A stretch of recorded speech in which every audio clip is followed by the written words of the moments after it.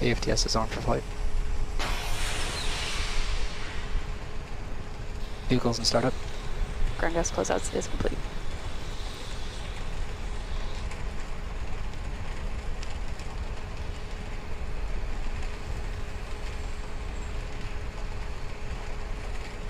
Go for launch.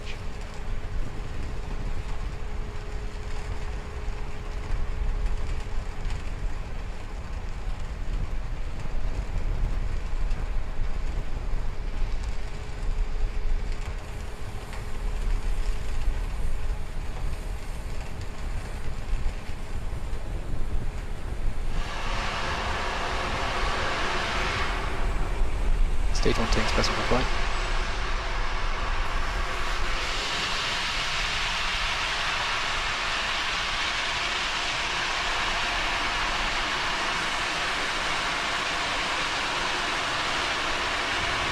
One, zero, ignition, liftoff.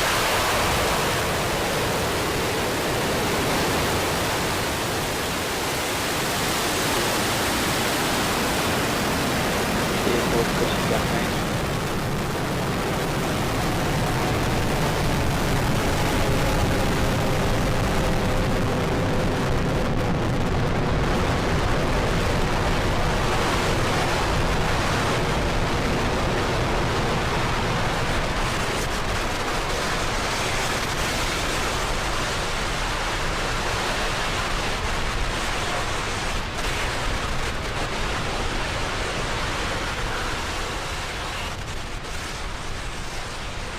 And we've had successful liftoff of the Falcon 9 rocket as we see all 9 of those first stage Merlin engines glowing beautifully, carrying Telstar 19 Vantage to geostationary transfer orbit.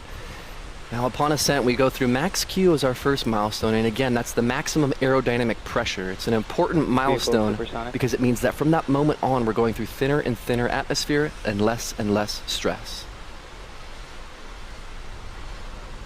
Vehicle has reached maximum aerodynamic pressure.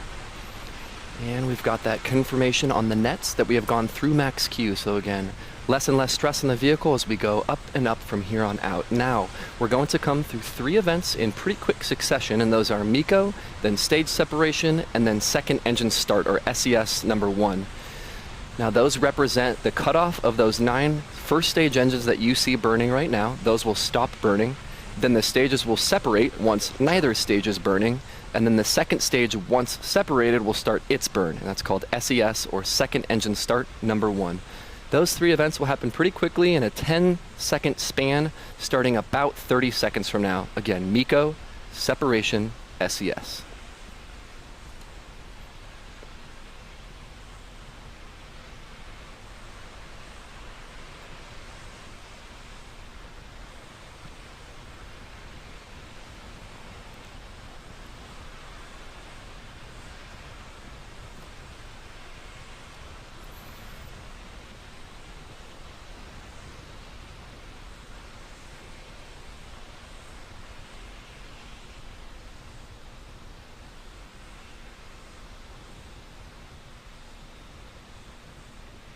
MECO.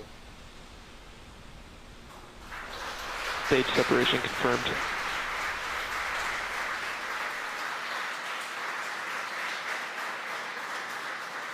Recognition. And you heard the callouts and saw the visual confirmation of main engine cutoff, stage separation from those onboard cameras, and then second engine start. And as a treat, we were able to see that green flash from the T-tab that I mentioned earlier as second stage ignited. The next milestone is fairing deploy. I mentioned these earlier, but we're going to jettison those fairing halves because once we're out in space, we no longer need that aerodynamic shield. So in order to become more fuel efficient, we get rid of this unnecessary mass.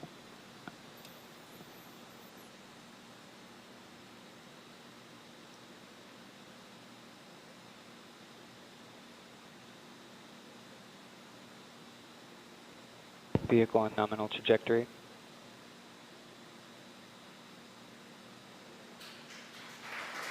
Fairing separation confirmed. And we've successfully had fairing separation. As those halves gently float away, we now have Telstar attached to second stage, exposed to the vacuum of space, continuing on through its first burn. Now we had successful liftoff. First stage is heading back. The sequence that we're going to perform regarding the burns for the first stage is a 2-burn sequence. It's going to be re-entry and landing. There's no boost back burn this time because we're simply going to follow a ballistic trajectory out into the Atlantic Ocean. That will occur about 2 minutes from now.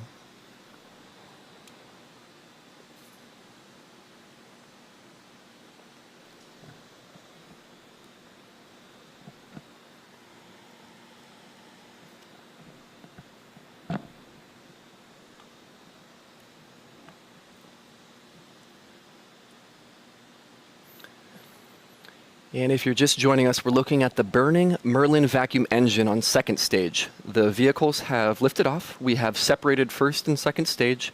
Second stage is continuing on, doing its first of 2 bland burns, carrying Telstar to GTO, while first stage goes back and is about 1.5 minutes away from conducting its first of 2 burns upon re-entry through the atmosphere.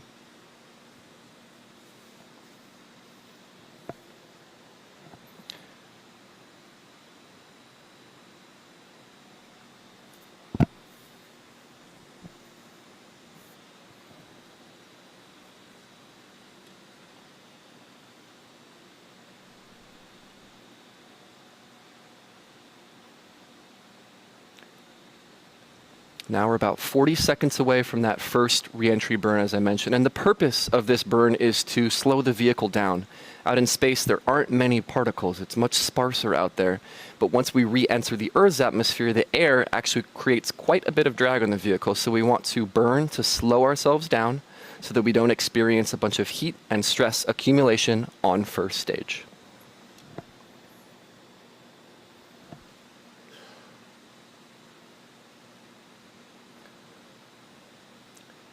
So again, on your right, second stage in Merlin vacuum is burning. On the left, we have first stage onboard cameras who are about to start their re-entry burn.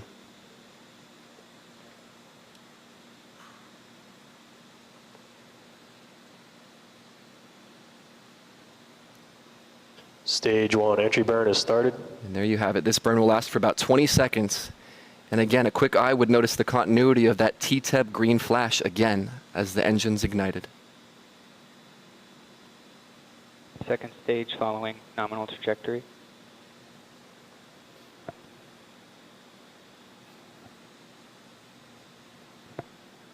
Stage 1 entry burn is shut down. And the burn has concluded. To give some scope for what that burn did, we're currently traveling about looks like 17,000 kilometers per hour. That is multiple times the speed of a commercial airliner. And in about 1.5 minutes, we're going to be touching down on that drone ship. So in the course of about 90 seconds, we're going to be going from many times the speed of a jet to 0. So it really shows the efficacy of those burns as they decelerate the vehicle. Now, as we continue this this landing sequence of first stage, second stage is going to continue its action as well. Second stage, second engine cutoff, so SECO number 1, that will conclude right in the middle of the landing sequence. So the landing burn will begin about 10 seconds later up in space. Second stage will stop firing its engine, and then about 5 seconds after that, back on Earth, the first stage will finish its landing burn and hopefully touch down on the surface of course, I Still Love You. Starting terminal guidance. As we go supersonic here, we're about 20 seconds away from the landing burn, and then again, 10 seconds to SECO, and then 5 seconds after that to landing. Stage 1 landing burn is starting. Stage 2 AFTS has safe. Drone ship has AOS.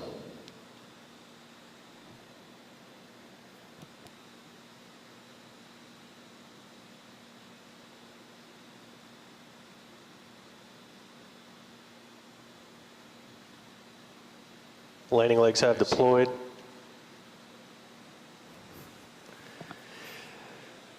And of course, as a rocket descends upon a drone ship out in the middle of the ocean, it is of course difficult to sustain connection with it, so we'll get an update on that in a second. But we return back now to the primary mission, which is second stage with Telstar. Now, SECO should have occurred as well. I believe we did hear that over the nets. So orbital SECO did insertion. occur. So in the middle of that sequence of landing, as I said, second engine cutoff number 1 did happen. So the first of the 2 planned burns of second stage has concluded. We'll give you an update on the first stage landing as soon as we can, but for now, second stage is in good orbit. At this moment, we're going to enter about an 18-minute coast phase. Again, second stage has 2 planned burns, as I said, and the second one will start about 18 minutes from now. So see you at about T plus 26 minutes. And before we step into that coast period, there the vehicle is. Again, as a rocket fires upon a ship with a camera, it's hard to keep connectivity, but there it is, standing proud on Of Course I Still Love You. So with the landing behind us, again, primary mission, we're going to go into about a 17-minute coast phase now. We'll see you at T plus 26 minutes for an update on Telstar 19 Vantage.